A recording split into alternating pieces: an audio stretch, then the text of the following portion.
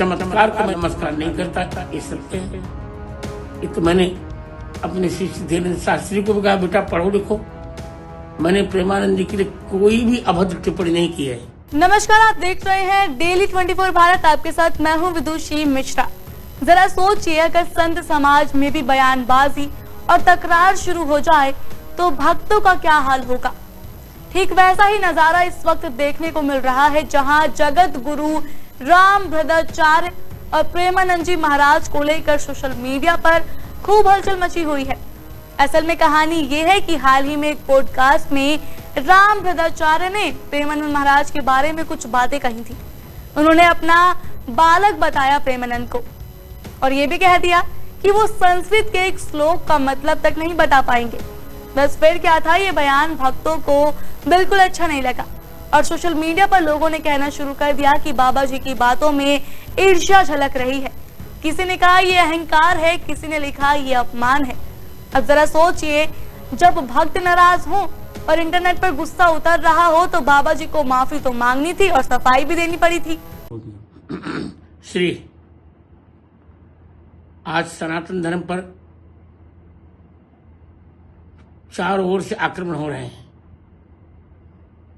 अब सभी हिंदुओं को बिल्कुल पारस्परिक भेद छोड़कर इकट्ठा होने की आवश्यकता है।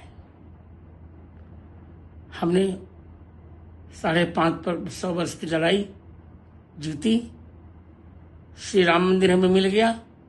अब श्री कृष्ण जन्मभूमि और काशी विश्वनाथ भी हमें मिलेगा, पर हमें सबको इकट्ठा होना होगा। रही बात प्रेमानंद की, मैंने प्रेमानंद जी के लिए कोई भी अभद्र टिप्पणी नहीं की है। वे मुझे मेरी दृष्टि में एक बालक को तो पुत्रवत है। मेरी अवस्था भी बड़ी है। एक आचार्य होने के नाते मैं सबको कहता हूं कि संस्कृत का अध्ययन करना चाहिए। आज जो सामान्य लोग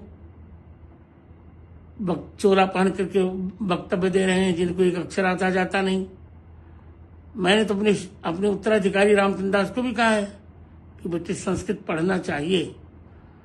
और मैं सबको कह रहा हूं, प्रत्येक हिंदू को संस्कृत पढ़ना चाहिए। कहता ही नहीं, आज भी मैं स्वयं पढ़ता हूं, 18 घंटे पढ़ता हूं और पढ़ता रहूंगा। यावत जीव मधीते विप्रह, इसमें प्रेमानंद के लिए कोई मैंने ऐसी टिप्पणी नहीं की है। हाँ, चमत्कार को मैं नमस्कार नहीं करता, ये सत्य है। ये तो मैंने अपने शिष्य धीरेन्द्र शास्त्री को भी कहा, बेटा पढ़ो लिखो, सब लोग पढ़ो, क्योंकि भारत के दो प्रतिष्ठाएं हैं, संस्कृत और संस्कृति। भारतस्य प्रतिष्ठे द्वे संस्कृतम संस्कृतस्तथा।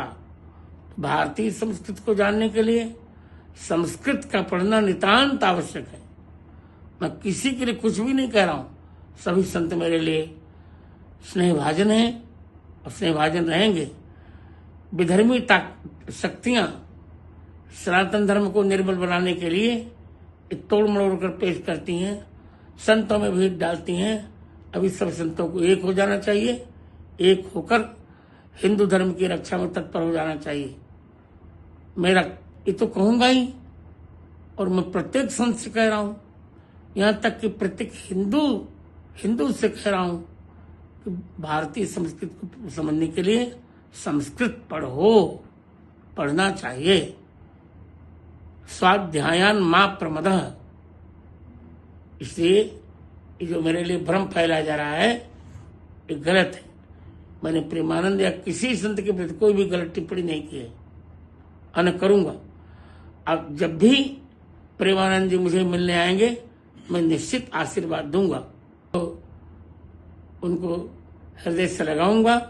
उनके स्वास्थ्य के लिए भगवान श्री रामचंद्र जी से मैं प्रार्थना भी करता हूं और निरंतर उनके दीर्घायु की कामना करता रहूंगा। और हुआ भी वही। विवाद बढ़ा तो रामभद्राचार्य का एक और वीडियो सामने आया। इसमें उन्होंने साफ साफ कहा, मैंने प्रेमानंद जी के लिए कोई अभद्र टिप्पणी नहीं की। वो मेरी दृष्टि में पुत्र की तरह है। मैं सबको कहता हूँ कि संस्कृत का अध्ययन करना चाहिए। ये मैंने अपने उत्तराधिकारी और यहाँ तक कि धीरेन्द्र शास्त्री से भी कहा है कि बेटा पढ़ो लिखो। यानी बाबा जी ने बात को समझाने की पूरी कोशिश की है, लेकिन सोशल मीडिया पर जनता इतनी जल्दी मानने वाली कहाँ थी। लोगों ने कहा आपके शब्दों में अभी भी घमंड झलक रहा है। किसी ने लिखा आपको प्रेमानंद जी के आशीर्वाद की जरूरत है, और एक भक्त ने तो यहाँ तक लिख डाला उनके ऊपर खुद भगवान चक्रधारी का हाथ है, उन्हें आपके आशीर्वाद की जरूरत नहीं है। अब आप सोच रहे होंगे कि ये विवाद इतना बड़ा क्यों बन गया, तो वजह साफ है। प्रेमानंद जी महाराज के भक्तों की तादाद लाखों में है। उनके प्रवचन, उनके भजन, उनका अंदाज लोग दिल से जुड़ते हैं। ऐसे में जब किसी और संत की तरफ से उन पर सवाल उठे तो उनके फॉलोअर्स चुप कैसे रहते। और ये सोशल मीडिया का जमाना है, बात हवा से भी तेज फैलती है। रामभद्राचार्य का कहना है कि उन्होंने सिर्फ संस्कृत पढ़ने पर जोर दिया था। उन्होंने कहा आजकल जो लोग बस चोला पहनकर प्रवचन दे रहे हैं उनको अक्षर तक नहीं आता, इसलिए मैंने सबको कहा कि संस्कृत पढ़नी चाहिए। अब इस बात को कुछ लोग शिक्षा का संदेश मान रहे हैं, लेकिन ज्यादातर इसे कटाक्ष की तरह देख रहे हैं। दरअसल बाबा जी का ये कहना है कि मैं चमत्कार को नमस्कार नहीं कहता।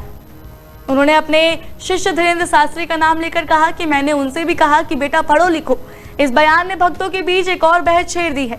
तो कुल मिलाकर देखा जाए तो मामला ये है, रामभद्राचार्य ने सफाई तो दी है, लेकिन भक्तों का गुस्सा अभी शांत नहीं हुआ है। कमेंट्स पढ़िए तो लगेगा जैसे जनता अब उनके हर शब्द को तौल रही है। और अब सबसे बड़ा सवाल यह है कि संत समाज की बयानबाजी आखिर कहां जाकर रुकेगी। क्या सचमुच ये सिर्फ संस्कृत पढ़ने की सलाह भर थी, या फिर इसमें छुपा हुआ था अहंकार का तड़का। फिलहाल इंटरनेट की अदालत में रामभद्राचार्य लगातार कटघरे में खड़े हैं और प्रेमानंद जी महाराज के भक्त खुलकर अपने गुरु का समर्थन दे रहे हैं।